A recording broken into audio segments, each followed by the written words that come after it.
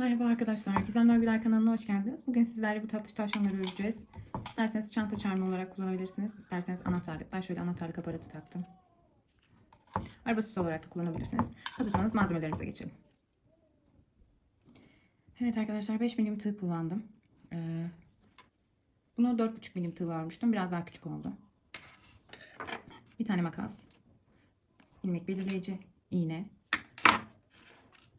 Şöyle 8 milim vidalı göz kullandım. Büyük olan da küçük olan da 6 milim kullandım. İçini doldurmak için elyaf, anahtar aparatı. Şu şekilde Kartopu'nun Yumurcak serisinden renk kodu K19 K10 olan ipi kullanıyorum. Beyaz kalp yapmak için kullanacağım bunu. Tavşanı bu renkte öreceğim. K856, bu da Kartopu Yumurcak serisi. Bir de burun yapmak için Alize'nin Baby Best pembe ipinden. Bunun kodunu bilmiyorum ama herhangi bir pembe ip olur arkadaşlar. Bir de şöyle küçük toplu iğnelere ihtiyacımız var. İşaretleyebilmek için dikerken lazım oluyor. Hazırsanız başlayalım. Evet arkadaşlar, örmeye başlayalım. Şimdi 3 tane zincir çekeceğiz. Ben bacaklardan örmeye başlıyorum. Önce gövdeyi öreceğiz. Sonra dikiş yapmadan kafayı birleştireceğiz. Hazırsak başlıyoruz. İlk önce ipimi aldım elime. Şu şekilde parmağıma doluyorum. Şuradaki ipimi şöyle bakın. Serçe parmak olur. Bu parmak olur. Bir yerden kıstırın, bu ipi kaymasın. Bunu buradan tutuyorum. Şöyle tığımı aldım. Doluyorum. Bir tane doladım. Bu şekilde. Bir tane çekiyorum zincir. Bunu kaydırdım arkadaşlar böyle. Biraz kibar davranın. 3 tane zincir çekiyorum şimdi. 2, 3. Şimdi şöyle göstereyim size. İlk zincirimin başına batıyorum. 1, 2, 3. Bunu saymıyoruz arkadaşlar. Şuraya batıyorum. İçinden çıkarıyorum. Bunun içinden de geçiriyorum. Kapattım burayı. Şimdi şuradaki deliğe değil, yanındaki deliğe. Bunu da göstereyim. Şöyle yaptığınızda göreceksiniz. Şurada bir delik daha var. Şu deliğe batıyorum. 6 tane sık iğne yapıyorum. Bu ipimi bunun üzerine koyuyorum. Birlikte örüyorum. Kapansın diye. İsterseniz yapmaya da bilirsiniz ama daha sağlam olur. Bir tane sık iğnemi ördüm. Buraya ilmek belirleyici takalım ilk etapta. Yani karıştırabilirsiniz. Taktık. 6 tane sık iğne yapıyorum arkadaşlar. 2, 3. Aynı deliğe batıyorum sürekli. 4, 5. Bu da sonuncu arkadaşlar.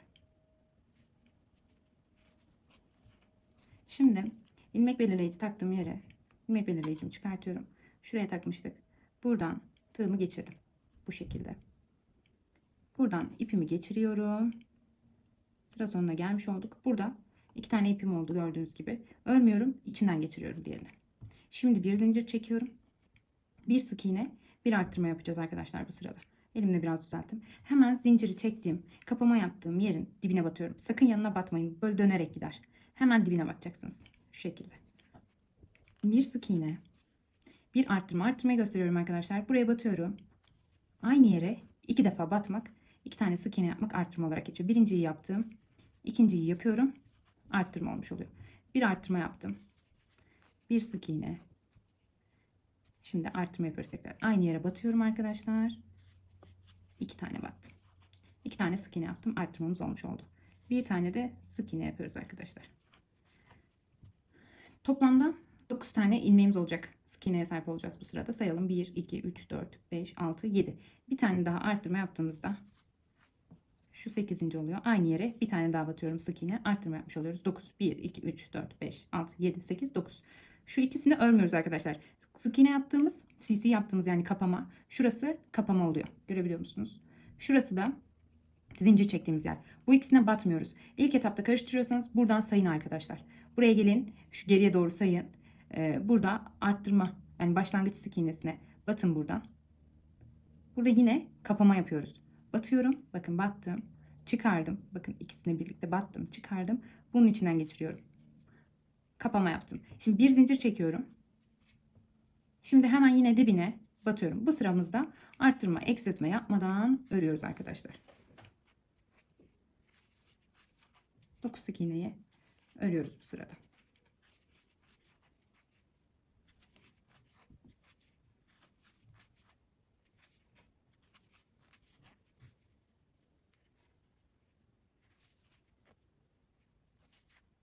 sayalım.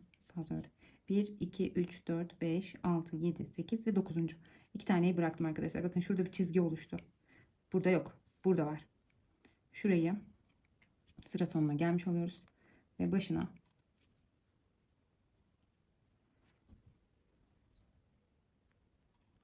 batıyoruz arkadaşlar.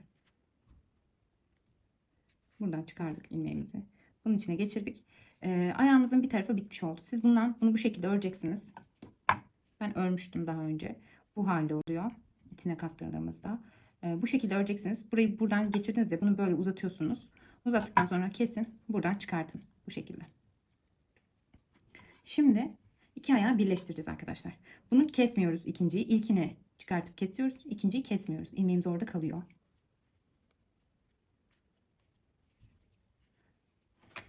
Şimdi arkadaşlar şurayı görüyor musunuz? Kapama yaptığım yer şurası. Buraya ilmeğimi çıkartıyorum ve bir tane sık iğne yapıyorum. İlmek belirleyicimi buraya takıyorum. Bu şekilde birleştirdim. Toplam 18 tane sık iğne var bunun etrafında. Onları örüp geliyoruz arkadaşlar. Sıra sonuna kadar örüyoruz.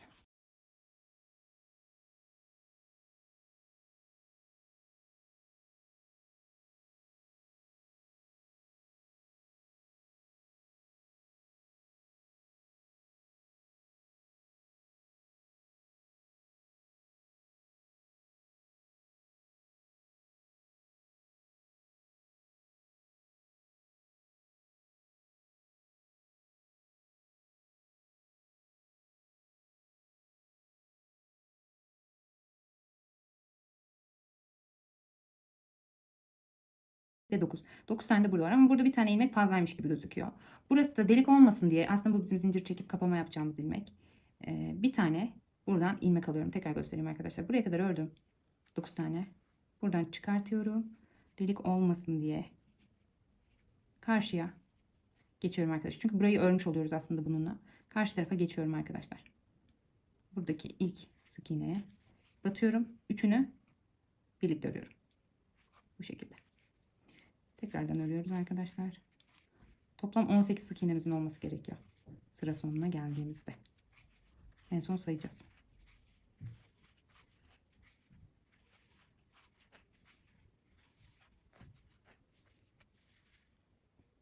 Sayalım arkadaşlar isterseniz. Şuradan. 1, 2, 3, 4, 5, 6, 7, 8, 9, 10, 11, 12, 13, 14, 15, 16, 17. Bu da 18.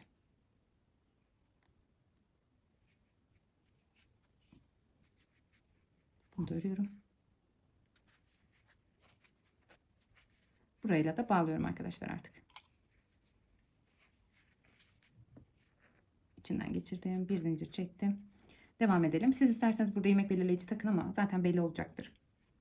Şimdi arkadaşlar 18 sık iğnemizi 2 sıra daha örüyoruz ve geliyoruz. 2 sıra 18 sık iğnemizi örüp geliyoruz arkadaşlar. Ördüm geldim arkadaşlar. 2 sıra daha 18 sık iğne ördük. Şimdi eksiltmelerimize başlayacağız. Bir sık iğne yapıyoruz arkadaşlar. Hemen dibine battık yine. Şuradan. Şimdi eksiltme yapıyoruz. Eksiltmeyi gösteriyorum. Bakın şurası ikili. Görüyor musunuz? Şöyle göstereyim size. Şöyle. 1 2 1 2. Şimdi biz bunu bu şekilde almıyoruz. Ön kısmındakinden şöyle bakın. Ön kısmından alıyorum. Tekrar gösteriyorum. Bakın. Ön kısmından alıyorum.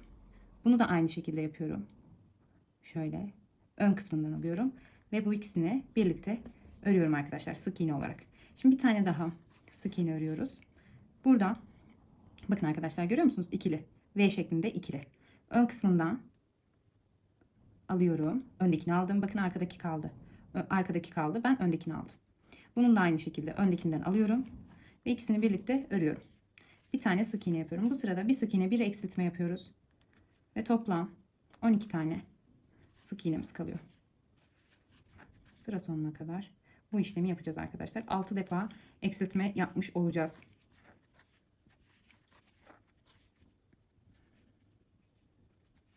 Eksiltmemizi yapıyoruz.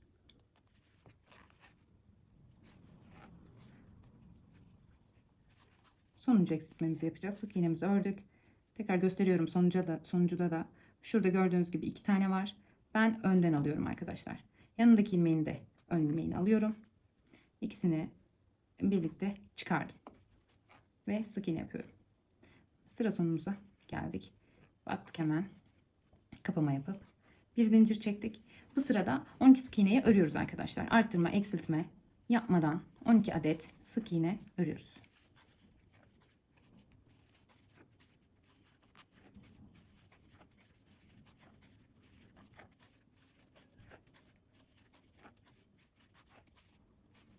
Ördük arkadaşlar. Şimdi doldurma işlemini yapacağız. Sıra sonuna geldim. Kapama işlemini yapıyorum. Bakın gördüğünüz gibi burada bir çizgim oluştu. 1 2 bırakıyorum. Hemen yanındakine batıyorum. Ve bir zincir çekiyorum. Biraz ipimi bırakıyorum. Şimdi doldurma işlemi yapacağız. Çünkü buraya bir eksiltme daha yaptığımızda çok küçük kalacak. Şöyle elyaf kullanıyorum ben. Siz isterseniz boncuk elyaf da kullanabilirsiniz. Elinizde ne varsa onu kullanın. Bu oyuncak elyafı olarak geçiyor. Bunlar daha güzel oluyor. Ama boncuk elyaf kullandığım oyuncaklar da var.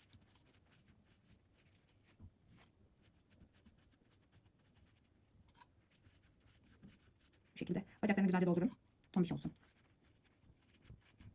Şimdi arkadaşlar geçelim diğer sıramıza. Ara ara tekrar doldurma işlemi yapacağız. Şimdi battığımız kısma normalde sık iğne yapıyorduk. Ama şimdi eksiltme yapacağız. Eksiltmemizde yine aynı şekilde bakın. Şurayı görüyor musunuz? Bu benim battığım yer. Bu sonraki ilmeğim. Ben şimdi şuraya yapacağım bunu. İğneyle göstereceğim size daha net anlayın diye. Şu benim battığım kısım. Bu benim battığım ilmek arkadaşlar şu. Bu var sonraki ilmek. Bu da ondan sonraki ilmek. Ben bu ilmeğin şuna ön kısmına yine bakın şurasına arkası kalıyor. Gördünüz mü? Bu kalacak. Öndekine alıyorum. Yanındakinin de önden alıyorum. İkisini birlikte örüyorum. Bu şekilde. Bu bir eksiltme oluyor. Sıra sonuna kadar böyle eksilteceğiz. Birlikte örelim. Bu şekilde aldım. Bunu da aynı şekilde aldım. Birinci eksiltmemi yaptım arkadaşlar. Yine 6 tane eksiltme yapacağız. 12 tane sık iğnemiz vardı. 6 tane sık iğnemiz kalacak bu aşamadan sonra. İkinciyi yapıyorum. Üçüncüyü yaptım. Şurada dördüncü eksiltme.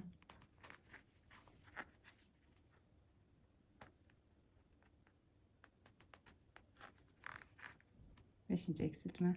Sonuncu eksiltmemizi de yapıyoruz. Sonra boyun kısmına geçeceğiz. Evet geldik sıra sonumuza. Bir iki taneyi bırakıyoruz arkadaşlar. İlmek sayılarını doğru yaparsanız zaten çok kolay ilerleyeceksiniz. Kapatma işlemini yaptım. Bir zincir çektim. Şimdi boynumuzda normalde bunu ayrı da örebilirsiniz kafa olarak. Ama ben birleşik örmeyi tercih ediyorum. Çünkü boynu dikmek çok zor oluyor. Kadife ipte özellikle. Diğer iplerde biraz daha kolay dikiş yapmak. Şimdi arkadaşlar 6 tane sık iğnem var. Her birine çift batıyorum. Yani arttırma yapıyorum. Hemen dibine. Zincir çektiğim yerin dibine yine. Bakın şurada gözüküyor zaten. Buraya bir tane sık iğne ve aynı yere bakın aynı yere bir tane daha sık iğne yapıyorum. Şimdi yan tarafa geçiyoruz. Buraya da 2 tane sık iğne yapıyorum. Toplamda 12 tane sık iğnem olacak sıra sonuna geldiğimde.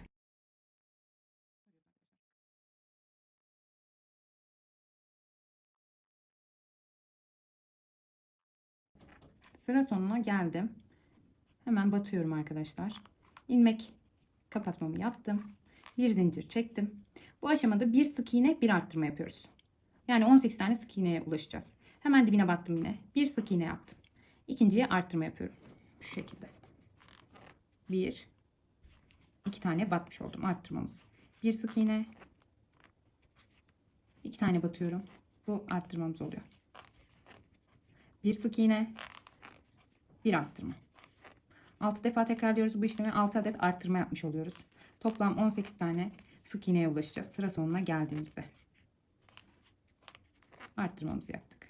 Sık iğne ve arttırma ile bitiyor. Çünkü sık iğne ile başladık. Sıra sonuna geldik arkadaşlar. Şimdi de kapatma işlemimizi yapalım. Bakın yine 1-2'ye bırakıyorum. İlk battığımız kısım burası. Kapatma işlemini yaptık. Şimdi arkadaşlar zincirimizi de çekelim. 4 sıra boyunca 18 tane sık iğneyi arttırma eksiltme yapmadan örelim ve gelelim. Evet arkadaşlar ördüm geldim. Şöyle yaptık. Şimdi 18 sık iğneyi 4 sıra ördükten sonra ben gözlerini takacağım artık. Şimdi şöyle bakıyorum, göz kararı ayarladım. Şuradan sayalım 1, 2, 3, 4. 4. sıranın bitişi 5. sıranın başlangıcı oluyor. İkisinin arasına yapıyorum. 1, 2, 3 tane de ilmek bıraktım arasında. Siz istediğiniz yere takabilirsiniz. Olduğu için bunda 8 milim göz kullanıyorum. Vidalı göz kullanıyorum arkadaşlar. Vidasını takacağız.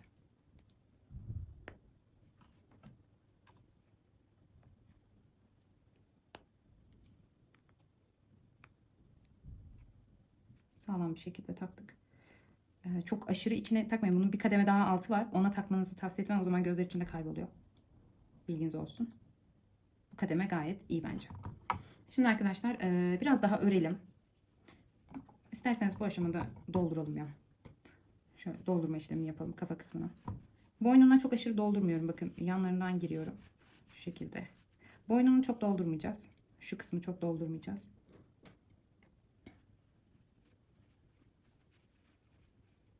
Elyafları çok büyük parçalarda koymayın. Boncuk elyafta kullansanız biraz az koyun. Şu gözler aşağıya yukarıya vidalar yamulmasın. Bakın içeride. İçeride vidalar var. Onlar böyle elyafı doldurduğunuzda şöyle durursa eğer bakın şöyle durur. Bu istediğimiz bir görüntü değil. Bunlar dimdik durması lazım. Parmağınızla onu içeriden düzeltin.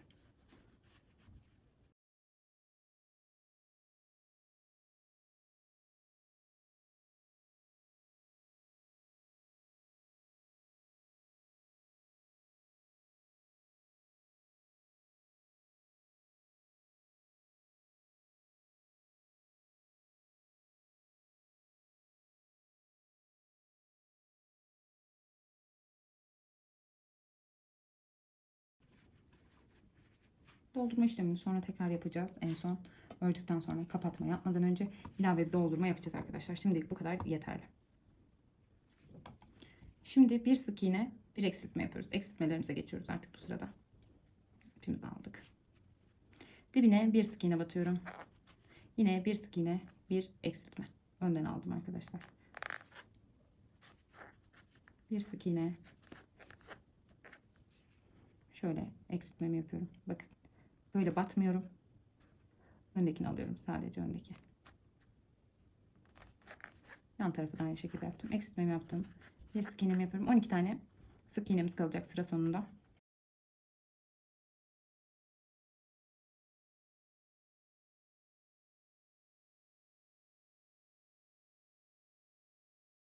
Sonuncu eksiltme. Sıramızın sonuna geldik. Hemen başına batalım. İlmeğimizi çıkartalım. Kapatalım. Bir zincir çekelim arkadaşlar. Şimdi 6 tane eksiltme yapıyoruz. Dibinden batıyorum. Bakın. Kapatma yaptığım ilmek bu. Bunun hemen buna batıyorum dibine. Yandakine geçmiyorum arkadaşlar. Önden aldım. Eksiltmelerde ön kısmı alıyoruz sadece. Eksiltiyorum. Bunu da eksiltiyorum arkadaşlar. 6 tane eksiltme yapacağız. İkinci eksiltme. 3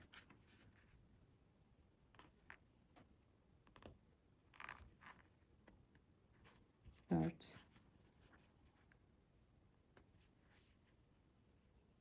5 tane çıktı arkadaşlar bundan. Evet. 5 tane oldu. Şimdi kapatma işlemini yapıyoruz. Şurasıydı bizim zincir çektiğimiz ilk sık ilmeğimiz. Şöyle kapatıyoruz arkadaşlar. Şimdi birazcık ipimi çektim. Bakın şurada şöyle bir potluk boşluk oluştu. Burayı doldurmamız lazım. Şu küçük yerden tığımızın arkasını kullanarak dolum işlemi yapacağız. Biraz daha elyaf kullanacağız. Küçük küçük parçalar koyuyorum. Bu şekilde dolduruyorum. Boş bırakırsanız çok kötü durur. Siz de doldurun bu aşamada. Şöyle yanlara. Kafanın yuvarlak olması için bu işlemi yapmanız gerekiyor.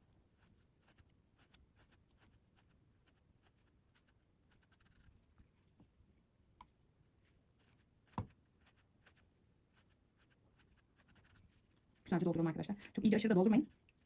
Bu sefer de elyaflar iplerin arasından çıkar.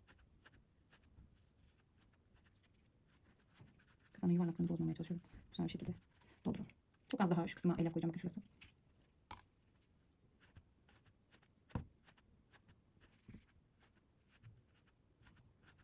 Tamam arkadaşlar. Bence yeterli. Gayet dolu ve yuvarlak oldu. Gördüğünüz gibi yuvarlandı. Şimdi bu kısımda ipimizi kesiyoruz arkadaşlar. CC yaptık. En son kapama yaptık. Zincir çekmedim en son. Bakın sadece kapama işlemini yaptım. İpimi biraz uzun. Şu kadar bıraksam yeterli. Bıraktım. Kesiyorum arkadaşlar. Bunu buradan çıkartıyorum. Burayı dikeceğiz şimdi. Onu göstereceğim size. Bu deliği kapatacağız. İğnemizi aldık. Plastik iğne de kullanabilirsiniz. Normal iğne de olur. İp geçsin yeterli. Şu şekilde. Şimdi arkadaşlar şurayı görüyor musunuz? Şu yuvarlak yerlerden dikmiyorum. İlmeklerin başından dikmiyorum. Hemen yanında. Şu alt kısmında. Şu sık iğnenin olduğu kısımdan geçiriyorum. Çok çekiştirmeyin. Buradakine batmıyorum arkadaşlar. Buna batmıyorum. Yanındakine batıyorum. Bu şekilde. Böyle. Buna batmıyorum. Buna batmıyorum. Yanındakine batıyorum. Buna batmıyorum.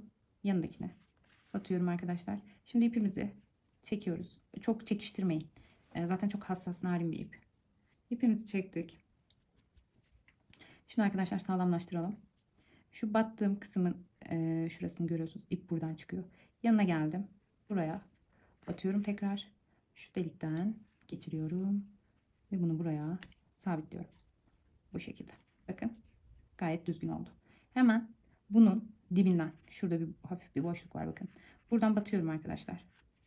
Şöyle herhangi bir noktadan ipimi çıkartıyorum. Birazcık çekiştiriyorum burada. Ve kesiyorum. Şimdi elimle şekil verdim. Evet. Gayet düzgün oldu. Arkadaşlar şimdi kulakları örmeye başlıyoruz. İpimi yine parmağıma doladım. Hemen gösteriyorum. Yine bir tane tığıma doladım. 3 tane zincir çekeceğim. Önce tığıma bu yaptığım zinciri sıkıştırıyorum arkadaşlar şöyle. Şimdi 3 zincir çekiyorum. 1, 2, 3.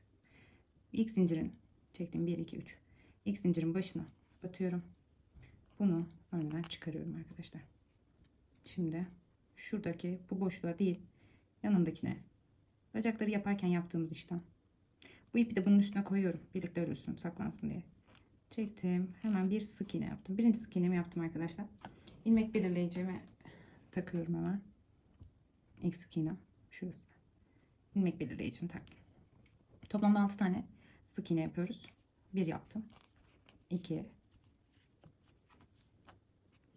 3 hep aynı yere batıyorum. 4 5 ve 6 arkadaşlar. Şöyle gözüküyor. İlmek belirleyicimi çıkartıyorum. Buraya ilmek belirleyicimin olduğu yere geçirdim. Sıra sonuna gelmiş olduk. Hemen buraya kapatma işlemimi yapıyorum arkadaşlar. Şimdi bir zincir çekiyorum. İkinci sıraya geldik. Bir sık iğne, bir arttırma yapacağız bu sırada. Toplam 9 sık iğnemiz olacak sıra sonunda. Bir sık iğne, arttırmayı aynı yere 2 tane sık iğne demek. Aynı deliğe 2 defa sık iğne yapıyorum. Bir sık iğne, bu arttırma arkadaşlar. Birinci sık iğnemi battım. İkinci sık iğnemi battım aynı yere. Bir sık iğne ve şurada bir arttırma yaptım arkadaşlar. İlmeklerimizi sayalım. 1, 2, 3, 4, 5, 6, 7, 8 ve 9. Bu ikiyi bırakıyoruz zincir çektiğimiz için. Burası zincir, burası da kapama yaptığımız yer. Bunları direkt örmeden alıyoruz. 9.'ya batıyoruz arkadaşlar. Şimdi bir zincirimizi çektik.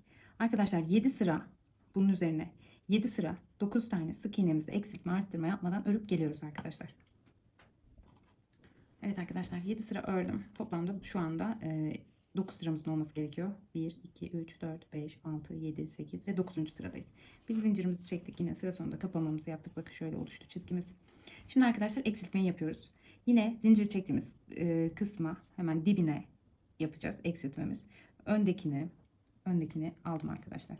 Yanına gidiyorum. Yine öndekini alıyorum arkadaşlar. Eksiltiyoruz.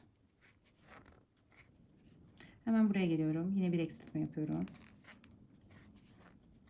Yanına geçiyorum. Yine bir eksiltme yapıyorum arkadaşlar. Kulakları doldurmuyorum.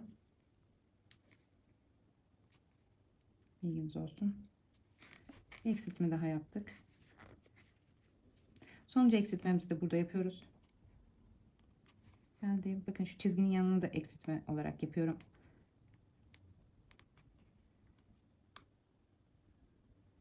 Normalde bunu yapmıyorduk. Direkt buraya bağlıyorduk ya. Ama bunu da daha düzgün durması için eksiltme olarak örüyoruz arkadaşlar. Hemen yanındaki ilmek de şu. Şöyle göstereyim.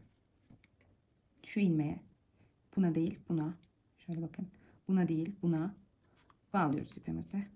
Kapattık. Şöyle bir görüntü oldu arkadaşlar. Şimdi burada zincir çekmiyorum artık. Buna ve karşısındaki Bakın karşısında da var. Karşısındakine batıyorum bu şekilde. Ve bir sık iğne yapıyorum. Şimdi şuraya da aynı şekilde yapacağım.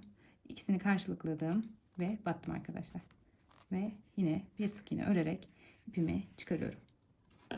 Biraz uzun bıraktım yine. Dikiş yapacağız çünkü bununla. Kulakları dikerken kullanacağız o ipi. Tamamdır arkadaşlar. Siz diğer kulağı da yapın. Ben onu hazırlamıştım bu şekilde. Siz de yapın. 2 tane olacak kulağı. Videoyu başa sarıp yapabilirsiniz.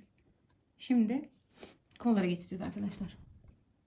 Kollar örüyoruz. İpimi doladım. Yine aynı şekilde doladım. Bir zincir. Bunu kapatma olarak kullandım. Saymıyorum. 1, 2, 3 tane zincir çektim arkadaşlar. Başına battım ilk zincirin. Ve sonuncudan geçirdim. Şimdi şu deliğe değil yine. Yanındakine göstereceğim size. Şuraya arkadaşlar. Yanında delik var. Zaten tığınız giriyor. Merak etmeyin. Yanındakine batıyorum. Bir tane sık iğne yaptım. Şimdi buraya ilmek belirleyicimi takıyorum. Şimdi toplam 6 tane sık iğne yapacağım yine. Birinciyi yaptım. Bu ipi de burada götürüyorum bakın. Böyle bırakabilirim ama böyle götürürseniz daha sağlam ve tok duruyor. Birinciyi yaptık. 2, 3. Bakın şuraya batıyorum. Bakın yuvarlak zaten. 4. Aynı yere batıyorum. 5. Bir tane daha batalım. Bu da 6. İlmek belirleyicimi çıkartıyorum. Taktığım kısım vardı şurası. Buradan tığımı geçirdim. İlmeğimi çıkardım arkadaşlar. Kapattım. Şöyle birazcık arkaya kaktırıyorum. Şu kısmı öne çıkarıyorum. Bir zincir çekiyorum. Bütün sık iğnelerimizi artırma eksiltme yapmadan 6 tane sık iğnemiz var. Hepsine batıyoruz. Tam dibine battım zincir çektiğim yere. Birinci sık iğnem. İkinci sık iğnem. Üçüncü sık iğnem. Dördüncü sık iğne. Bakın şurada gözüküyor zaten. Beşinci. Şurasını görüyorsunuz. Bu da 6. Batıyorum arkadaşlar. Şöyle biraz elimle şöyleydi. Bakın şöyleydi. Arkadan tuttum, bastırdım ve böyle yaptım. Çıkmasını sağladım yuvardan. Şimdi ilk battığım sık iğnenin tepesine batıyorum. Zincir kapama yaptığımız, zincir çektiğimiz bunları atladım. İlk sık iğnemin, ilk yaptığım sık iğnenin tepesine battım arkadaşlar. Ve çıkarttım. Bunu da bunun içinden geçiriyorum. Kolumuz bu kadar. İpimizi biraz uzun bırakıyoruz. Şu şekilde bıraktım. Şöyle şuradan kesiyorum. Buradan çıkarıyorum arkadaşlar. Şu şekilde. Bunu da isterseniz şuradan kesebilirsiniz ama ben şöyle içine sıkıştırıyorum bunu. Bu şekilde kolumuz oluşmuş oldu. İpini de bıraktık. Ben diğer kolu da yapmıştım. Siz de yapıp gelebilirsiniz. Şimdi kalbe geçeceğiz. Kalbimi ben beyaz iple yapacağım arkadaşlar. Eğer isterseniz siz herhangi bir ipi kullanabilirsiniz renk olarak. Yani herhangi bir kadife iple de örebilirsiniz bu ürünleri. İlla kartop olacak diye bir şey yok, kural yok. Yine ipimi parmağıma doladım arkadaşlar. Tığımı alıyorum, doluyorum bir tane. Şöyle gördüğünüz düğüm oluştu. Bir tane zinciri çekiyorum. Sıkıştırıyorum arkadaşlar. 1, 2 ve 3. 3 zincir çektim. 1, 2, 3. Bir ilk çektiğim zincirin başına batıyorum. Bu şekilde buradan da geçirip çıkartıyorum. Hemen ortasını buluyorum. Bu ipi de burada saklıyorum. Şöyle bir sık iğne yaptım. Hemen sık iğnemizin başına ilmek belirleyicimizi takıyoruz arkadaşlar. Şimdi toplam 6 tane yine sık iğne yapacağım. 1 oldu. 5 tane daha yapıyoruz. 2, 3, 4. Aynı yere batıyorum sürekli. 5 ve 6 arkadaşlar. Şimdi ilmek belirleyicimi çıkartabilirim. Onun olduğu yer şurasıydı. Bu şekilde. Buraya batıyorum. Beyaz iple örecekseniz kesinlikle ilmek belirleyici kullanın. Çünkü sıkı da oluyor. Pofuduk da bir ip. İlk aşamadaysanız, daha yeni başladıysanız görmeniz biraz zor olabilir. Şimdi bir zincir çekiyorum arkadaşlar. İkinci sıraya geçtim. İkinci sırada arttırma eksiltme yapmadan her sık iğnenin tepesine batıyoruz. 6 tane toplam. Hemen zincir çektiğim yere batıyorum arkadaşlar. 1. Sayarak ilerleyelim. 2, 3, 4, şurası, 5. Yavaş yavaş örüyorum görebilmeniz için. Şurası bakın. 6. 6 tane ördüm arkadaşlar. Bakın 1 2 kapama yaptığım yer zincir çektiğim yer ve burasına denk geliyor. Eğer bunu yapamıyorsanız şuradan sayın arkadaşlar. 1 2 3 4 5 6. Yine buraya denk geldi. Gördünüz mü? 2 tane kalıyor. Hemen batıyorum arkadaşlar. İlk yaptığım sık iğnenin tepesine. Şimdi buradan geçirdim. Bu şekilde. Burada bu kalıyor. Siz bununla bu şekilde örüyorsunuz. Ben daha önce örmüştüm. Bunu bunun içine koydum. Şurayı çıkarmadım arkadaşlar. Aynı bu şekilde yaptım. Çekiyorum. Bakın zincir çekmedim burada. Sadece sık iğnenin içinden geçirdim. Kapama yaptım. Bu şekilde bıraktım arkadaşlar. Şimdi bunu alıyorum. Bunu da aldım. Bunun kapama yaptığım yerden batıyorum arkadaşlar. Şurada. Gördünüz mü? Kapama yaptığım yer burasıydı. Bu bir ilmek. Buradan batıyoruz. Tekrar gösteriyorum arkadaşlar. Bakın. Şurada görüyor musunuz şu ilmeği? Kapama yaptığım yer. Bu da ilmeğimiz. Batıyoruz arkadaşlar. Battık. İpimi aldım.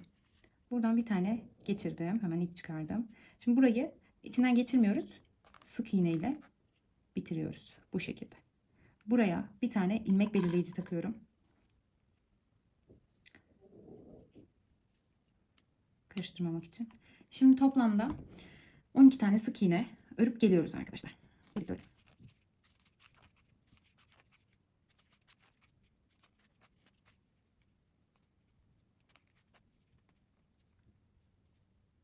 Bakın arkadaşlar. Şurada delik oluşmasını istemiyorum ben.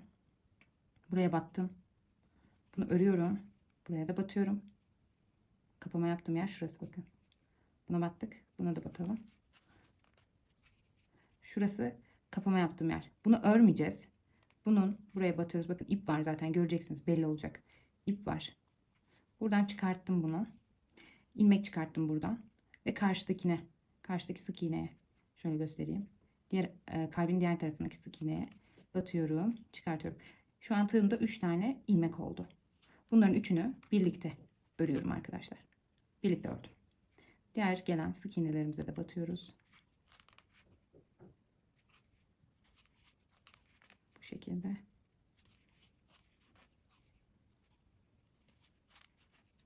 Siz de benim gibi örün. İlmek sayınız fazla bile çıksa bazen olabiliyor. Karıştırabiliyoruz. Ama orası böyle şey kalır. Eğer o işlemi yapmazsanız kocaman bir boşluk oluşuyor.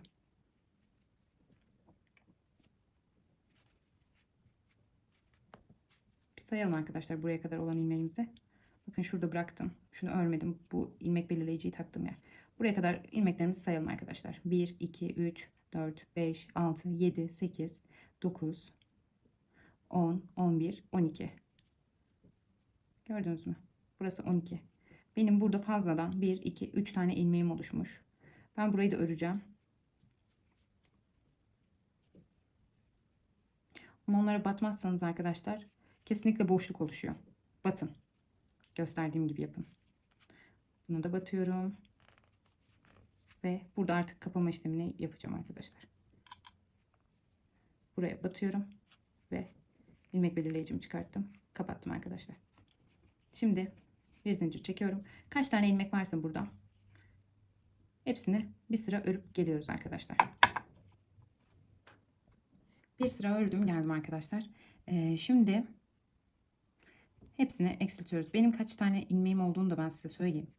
1, 2, 3, 4, 5, 6, 7, 8, 9, 10, 11, 12, 13, 14 ve 15 tane. Benim burada 15 tane ilmeğim var arkadaşlar. Bir tane zincir çekiyorum. Şimdi önüme gelen bütün hepsini eksiltme yapıyoruz. Battığımız nokta dahil arkadaşlar. Batıyoruz arkadaşlar. Biraz zorlandım. Tığım büyük ama siz elinizde küçük tığınız varsa onunla batıp çıkarırsanız daha rahat yapmış olursunuz. Bakın yine hepsinin ön kısmına batarak alıyorum. Ve eksiltmelerimi yapıyorum. Bu şekilde 4. eksiltmemizi yapıyoruz şu an. Sıra sonuna kadar hepsini eksiltiyoruz arkadaşlar. Hiç başka bir işlem yapmayacağız. Sadece eksiltme yapıyoruz.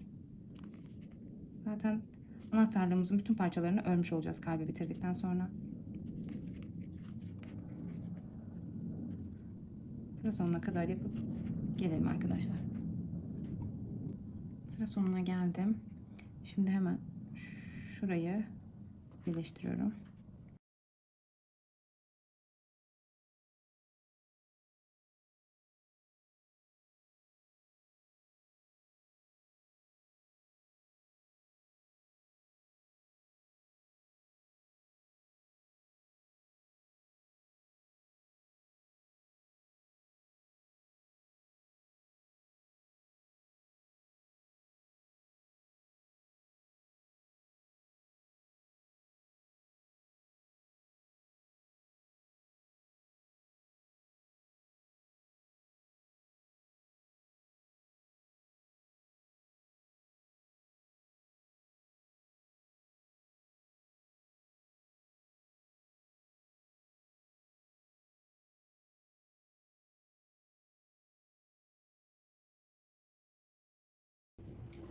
Evet arkadaşlar, dikişimize başlıyoruz.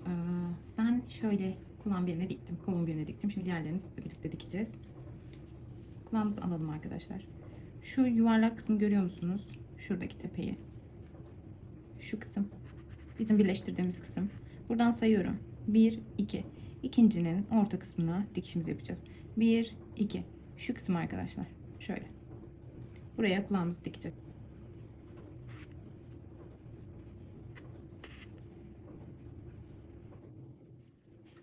Böyle duracak. Dikişimize başlayalım.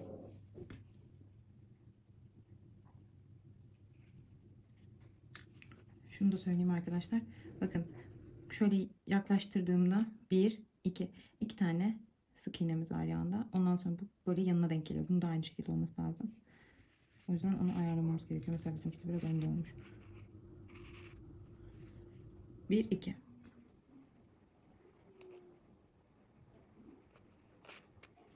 Evet. Şimdi daha eşit duruyor. Dikelim arkadaşlar. Şuradan alttan giriyorum. Karşıdan çıkıyorum. Bunu çıkartabiliriz. Elimle tutmayı bırakmıyorum. Buradan giriyorum. Şöyle düğüm oldu.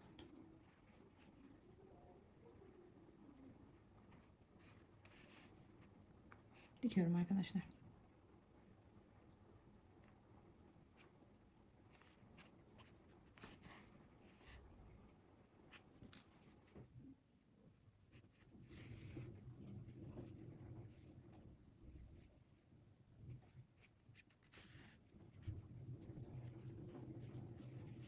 Çeviriyorum. Arka kısmına geçiyorum. Bakın şuradan geçmiyorum. Şundan. Şurayı görüyor musunuz? Aldım. Arkaya geçtim. Alttan tutturuyorum yine sağlam olması için.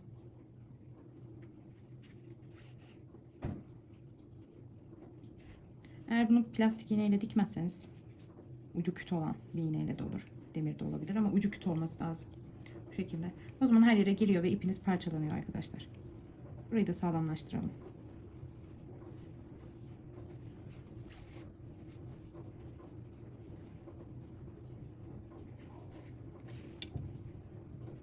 Oldu. Kameraya çarptık. Bu şekilde. Şimdi arkadaşlar böyle tutuyorum. Tam buradan giriyoruz. Yukarıya çıkacağız. Şu kısımlardan çıkıyorum ben. Ortadan. İpimizi götürmüş olduk. Şimdi kulağımızı aşağıya getiriyoruz. Yine 2 taneye dikkat edelim. 1, 2, 2 tane duruyor. Tam bakın. 1, 2, şurada üçüncü. Üçüncünün ne olduğu. Şuradan daha rahat göstereceğim şimdi. Şuna batıyoruz arkadaşlar.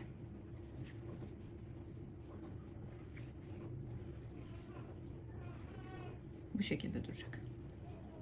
Bunu yapmazsanız bu işlemi, sabitleme işlemini böyle kulak kalkıp duruyor. Biz öyle bir görüntü istemiyoruz.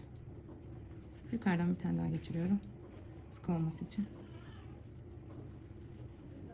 Şimdi burayı şöyle sabitleyeceğiz.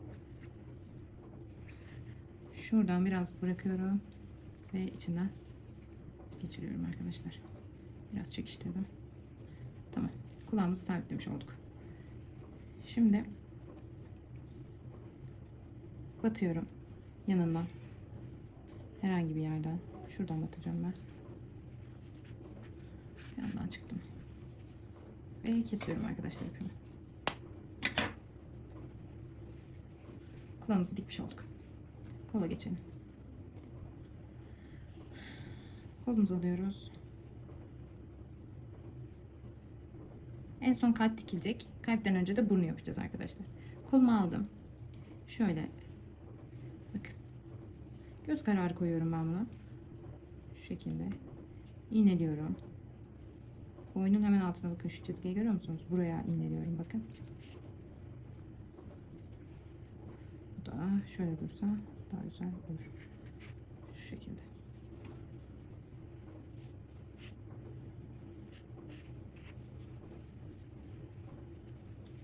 Kalbi de koyalım. Düzgün duracak mı diye. Gayet düzgün duruyor arkadaşlar. Şöyle. Bu şekilde dikebiliriz. Bu iğneleme işlemi çok önemli. Yine tam dibinden. Şuranın dibinden batıyorum. Karşıdan çekiyorum. Dikecek olduğum yer var ya. İşte tam olarak burası. Buradan çıkıyorum. İğneyi çıkarabiliriz. Buradan. Elimde tutuyorum. Şimdi artık burayı da sabitleyeceğim. Bu ucunu aldım. Bundan geçtim. Ve sabitliyorum. Şimdi şuradan bir tane daha geçireyim.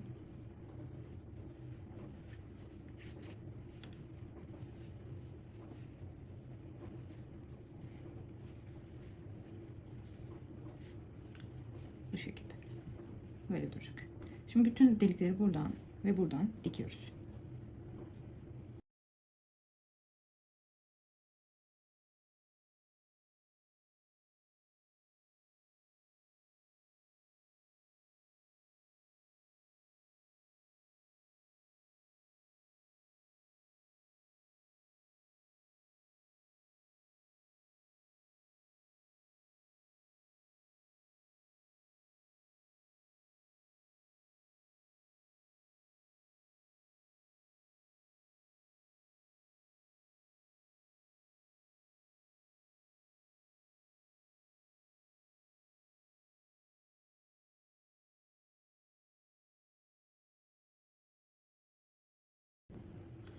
Evet arkadaşlar, pembe ipimi taktım. Burnunu yapacağız şimdi.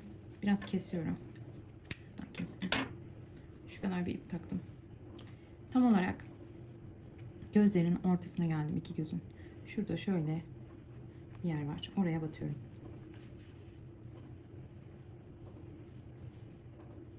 Bu şekilde. Biraz uzun bırakalım. Sonra saklayacağız bu ipi. Tekrar buradan.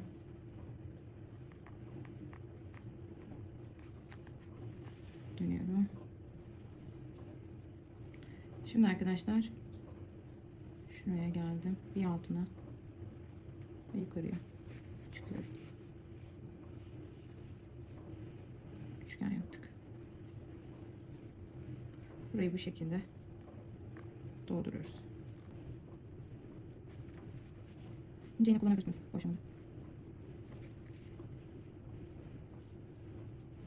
Şu battığımız kısımdan çıkarıyorum. Bak.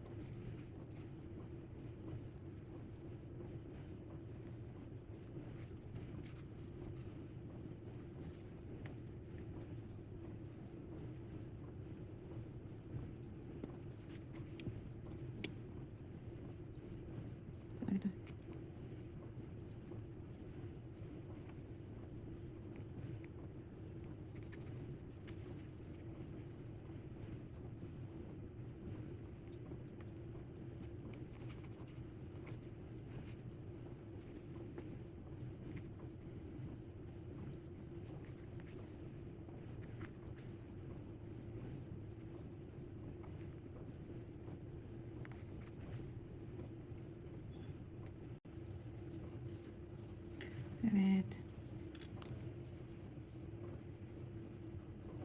Biraz şuraya üçgenlik verdim. Tavşanların burnu öyle olur.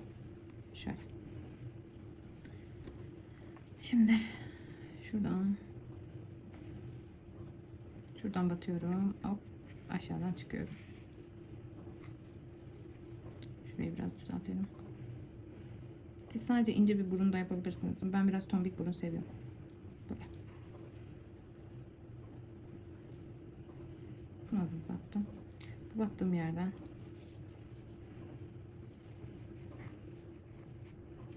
hemen bakın bunun yanından çıktım arkadaşlar. Düzeltelim buraya. Bağlıyoruz. Çok sıkmayalım bu etapta.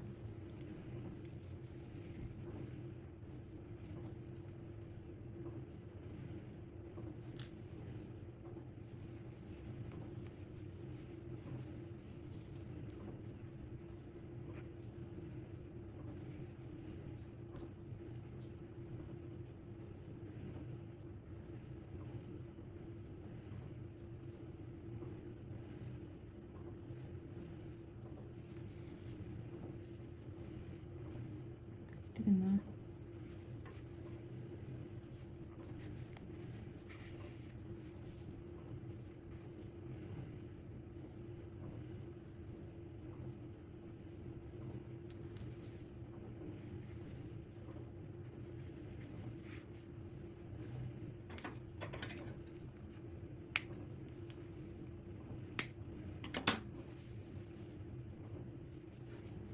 Son hali bu şekilde. Şimdi kalp dikelim. Bu şekilde kalbimiz.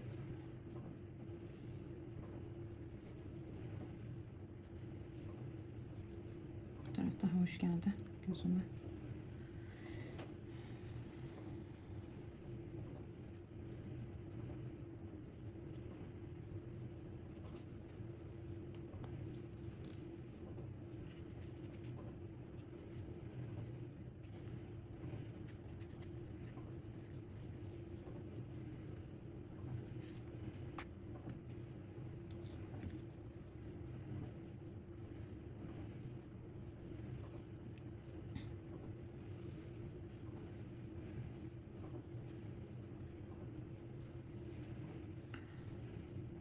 Şöyle göstereyim.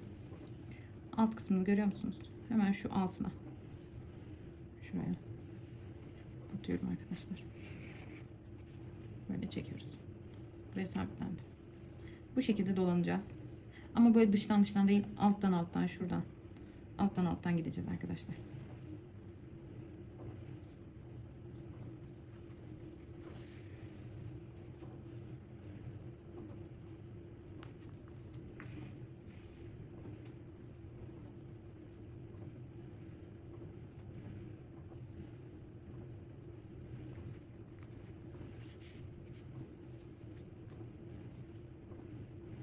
Elimle de dikiyorum.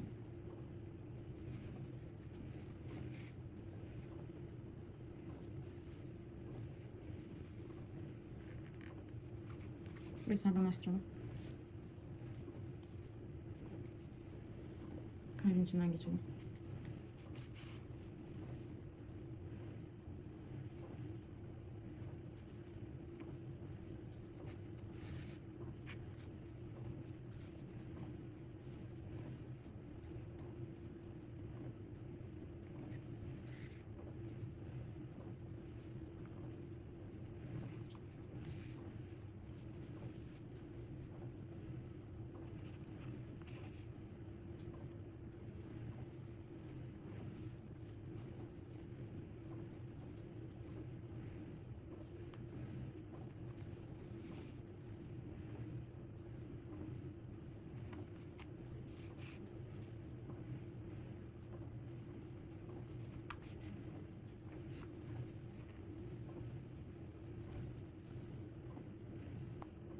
Dibinden battım.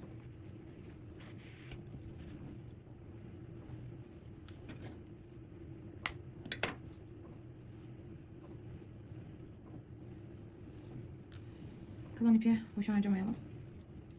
Geçiriyorum içinden. Kulağım. Bakın şurada delik var, orada.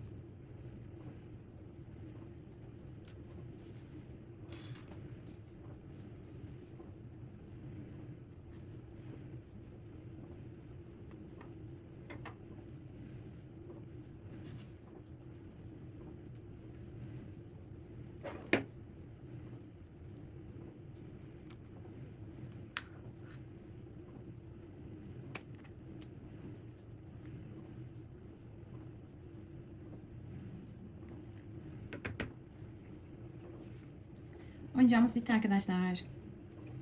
Buraya kadar izlediyseniz kanalıma abone olmayı, Instagram hesabımdan beni takip etmeyi lütfen unutmayın. Beğeni ve yorumlarınızı bekliyorum. Eğer aklınıza takılan bir şey olursa yorumlardan bana ulaşabilirsiniz. Açıklamalar kısmına neyi ne kadar kullandığımı, hangi marka ipi ve neyle ördüğümü yazacağım arkadaşlar. Oradan bakabilirsiniz. Teşekkürler.